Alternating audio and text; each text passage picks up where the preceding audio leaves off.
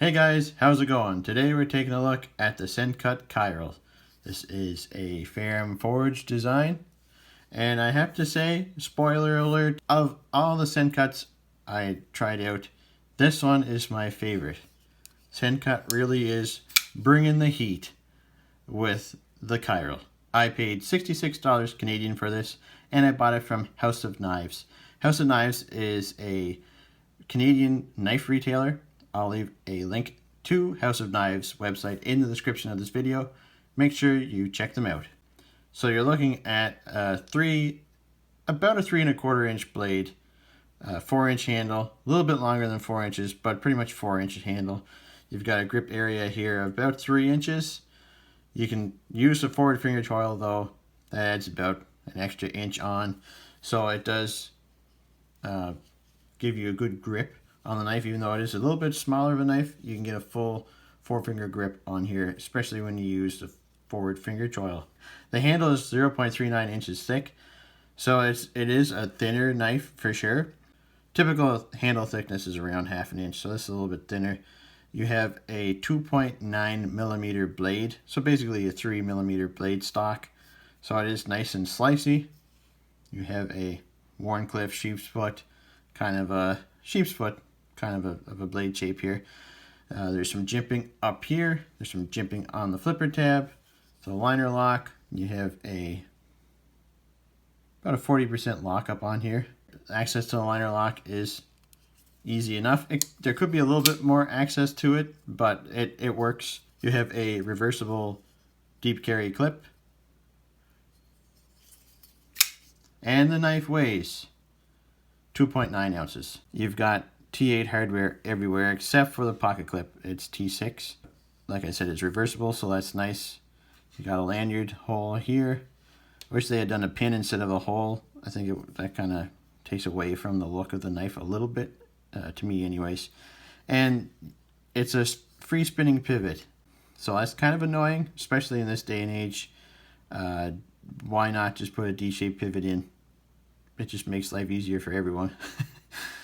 And the one thing I did notice with this though, the pivot did loosen in use. I was flipping this quite a bit and the action started to get really good, and I was really impressed with it. I was like, wow, this is breaking in so nicely.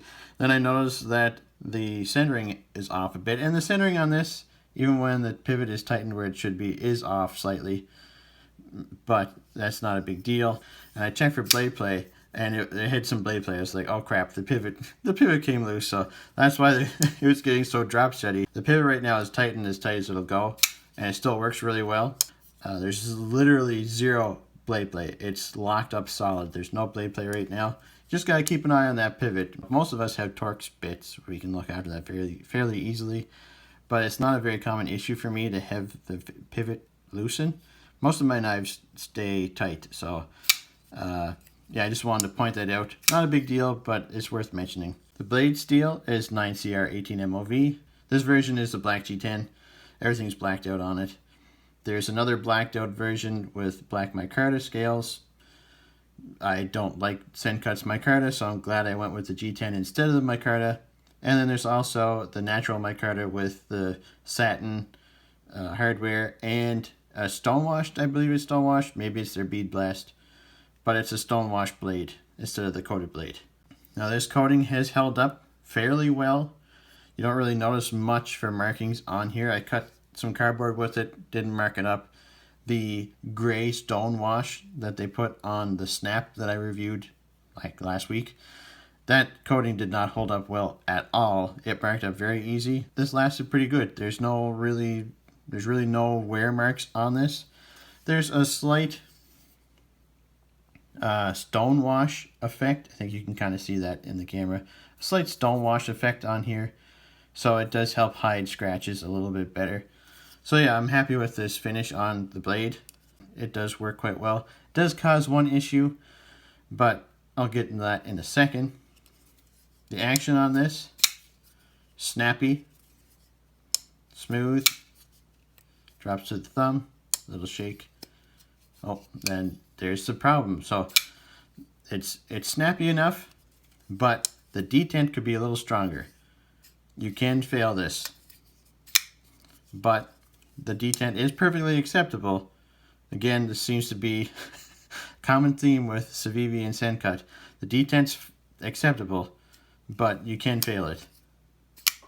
But once you figure out how much pressure to put on the flipper tab, it does fly out pretty reliably.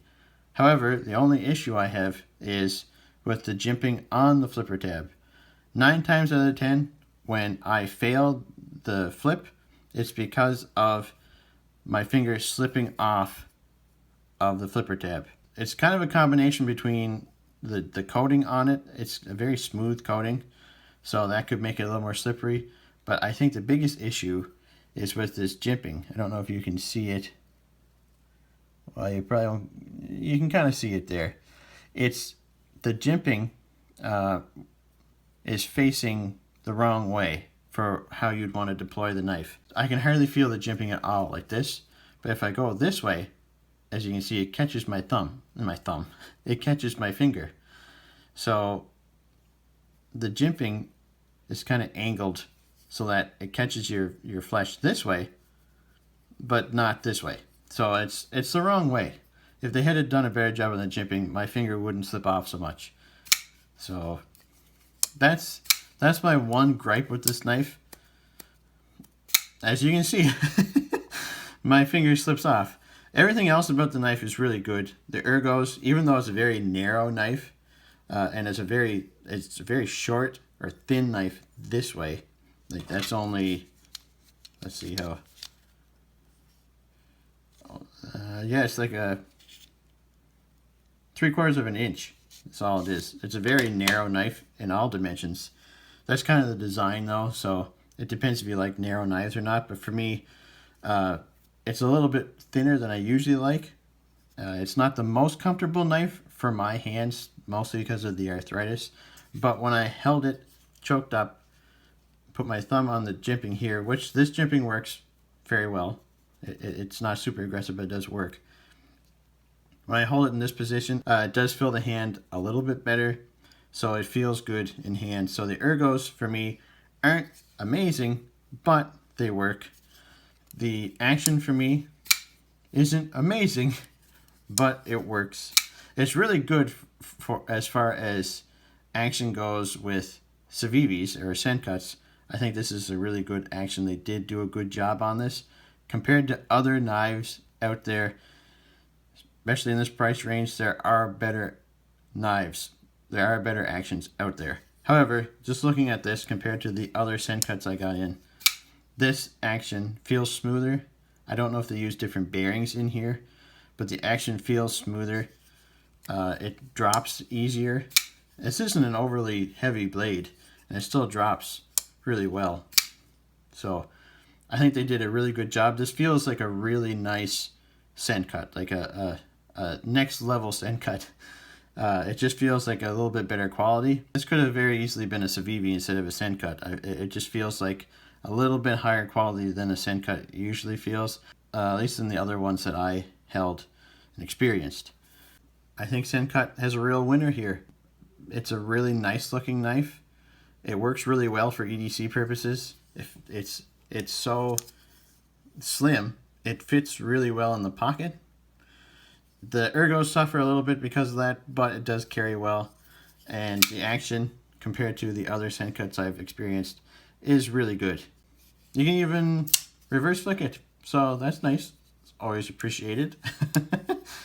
So yeah, that's my look at the Sencut Chiral. Thank you so much for watching. Take care.